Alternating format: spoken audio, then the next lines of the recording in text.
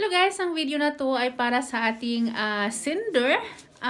Siya po ay nagpapa-advise. Ayan, sinulat natin yung kanyang hininging advice. Ang sabi niya, paano pag nagkita na sa ibang bansa, hindi ba pwede magtabi sa Pakistan? Ayan. So, dito sa Pakistan,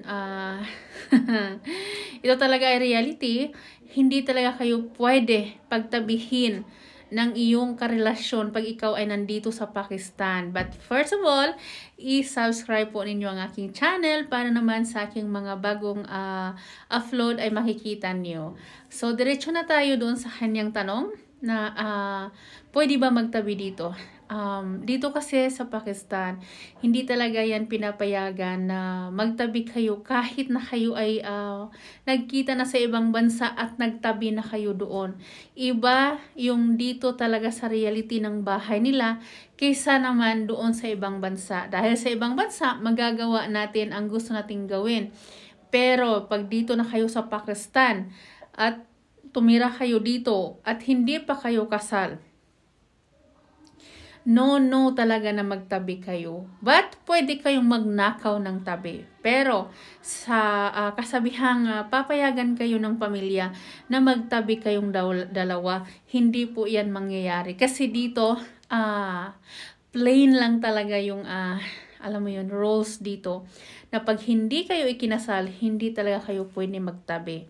But kung kayo ay naikasal na sa ibang bansa at nasabi na ng iyong asawa na yung husband mo na kasal na kayo at may patunay kayong papel na ipapakita na dito sa inyong pamilya, ng pamilya ng asawa mo, na kayo ay nagpakasal, may ipakita siyang marriage contract doon sa pamilya niya na kayo ay nagpakasal, sigurado ay pagka nagpunta ka dito, pagtatabihin talaga kayo.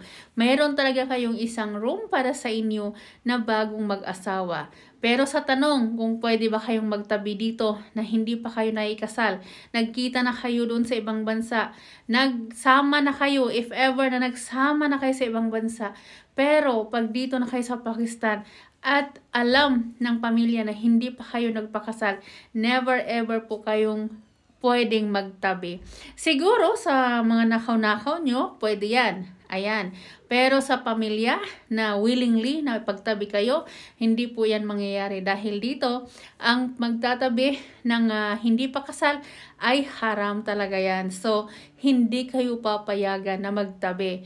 Pag kayo ay nagpakasal na dito, halimbawa na lang, pumunta ka dito, ikaw ay isang bisita, so fiancé kumbaga. Pag kayo ay nagpakasal na, ayan, pwede na, may room na kayo na kayong dalawa ay magsama na sa isang kwarto. So sa lahat ng mga nagtatanong, kung pagpunta nyo dito sa Pakistan, example magiging tourist kayo at iniisip nyo na pwede ba kayong magtabi kahit na magkakilala na kayo sa ibang bansa tapos pupunta kayo dito sa Pakistan, hindi po yan pwede sa pamilya. I am sure na hindi talaga kayo papayagan na magtabi na hindi pa kayo naikasal. So sa lahat ng mga nagtatanong, kasi ang sabi niya, ma'am, nagkita na kami sa ibang bansa at nagsama na rin kami. Yun nga lang, hindi pa ako nasabi doon sa pamilya ng aking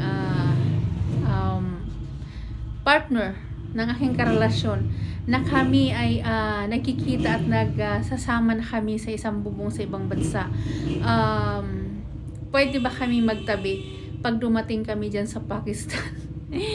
Dapat itanong mo rin yan sa partner mo kung pwede ba kayong magsama.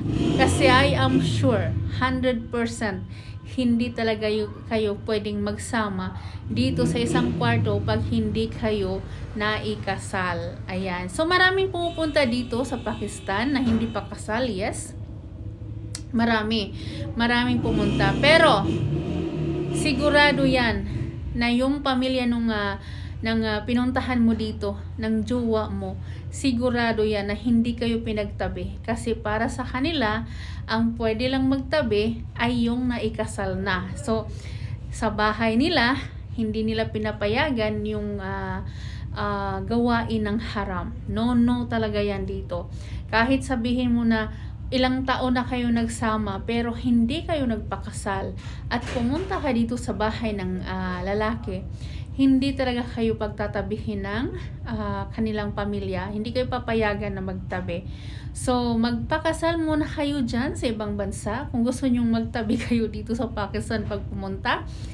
Or, pag pumunta kayo sa Pakistan, sabihin mo sa jowa mo na pagkarating mo sa Pakistan, magpakasal na kayo agad. Mabilis lang naman magpakasal dito. Kasi sa court lang naman mabilis ang process. Pagka foreign yung partner, mabilis lang po ang process. Hindi po kakatulad dyan sa ibang bansa, sa Middle East, na marami pong dadaanan na process. I mean, marami kayong requirements na hingiin. Dito naman, ang requirements lang na hinihingi is number 1 talaga yung passport at supporting documents na lang kung anong meron ka. So, dito, anytime pwede kayong magpakasal. At pwede na rin kayo magsama sa isang kwarto basta alam ng pamilya ng jowa mo na kayo ay nagpakasal. Dahil kung hindi, hindi talaga kayo papayagan dito sa Pakistan na magsama sa isang kwarto pag kayo ay nandito. So, sa lahat, good luck.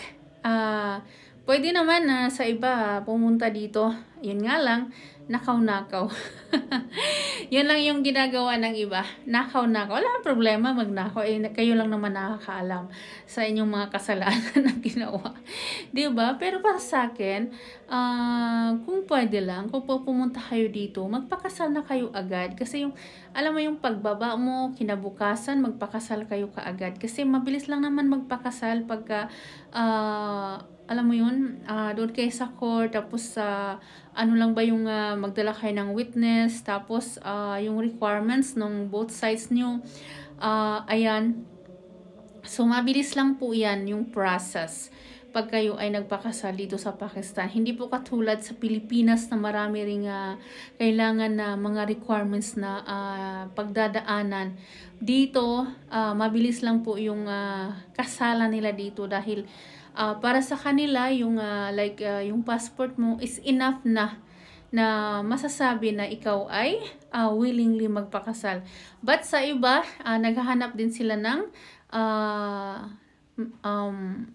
birth certificate para doon sa supporting documents at kung convert ka, gusto rin nilang tingnan kung convert ka ba talaga. Kasi ilalagay yan doon sa iyong marriage contract na ikaw ay isang convert, na isang Muslim ka na nagpakasal sa Sharia law. Ganyan. So, but dito naman pwede kayong magpakasal kahit hindi kayo Muslim. Kahit Christian ka pa at yung partner mo ay isang Muslim, pwede po yan sa lalaki na mag-asawa ng Christian. So, sa lahat ng hindi pa nakapag-convert, tapos gusto nyong magpakasal dito na hindi pa kayo nakapag-convert, wala pong problema yan. Pwede po kayong magpakasal dito kahit na hindi kayo convert. Kasi dito sa Pakistan is allowed po magpakasal dito at ikakasal nila yung isang Christian at isang Muslim. Basta willing kayong magpakasal parehas. Wala pong forcing na mga pangyayari. Yung willing ka talaga magpakasal doon sa iyong partner. So, sa lahat ng gustong pumunta dito, ayun na nga ang guide natin. Basta halal yung pagsasama nyo, lahat ay suportado kayo. So, kung gusto mo makasama na willingly, yung pamilya lahat, kailangan lang ipakita or magpakasal kayo. Kung kasal man kayo sa ibang bansa, magpakita kayo sa kanilang pamilya. Siguro naman alam ng pamilya yan pagka nagpakasal kayo sa ibang bansa. But, kung hindi pa alam ng pamilya, sabihin mo sa partner mo na ipakita na yung marriage contract mo para pag ikaw ay pumunta sa Pakistan, may sarili kang kwarto.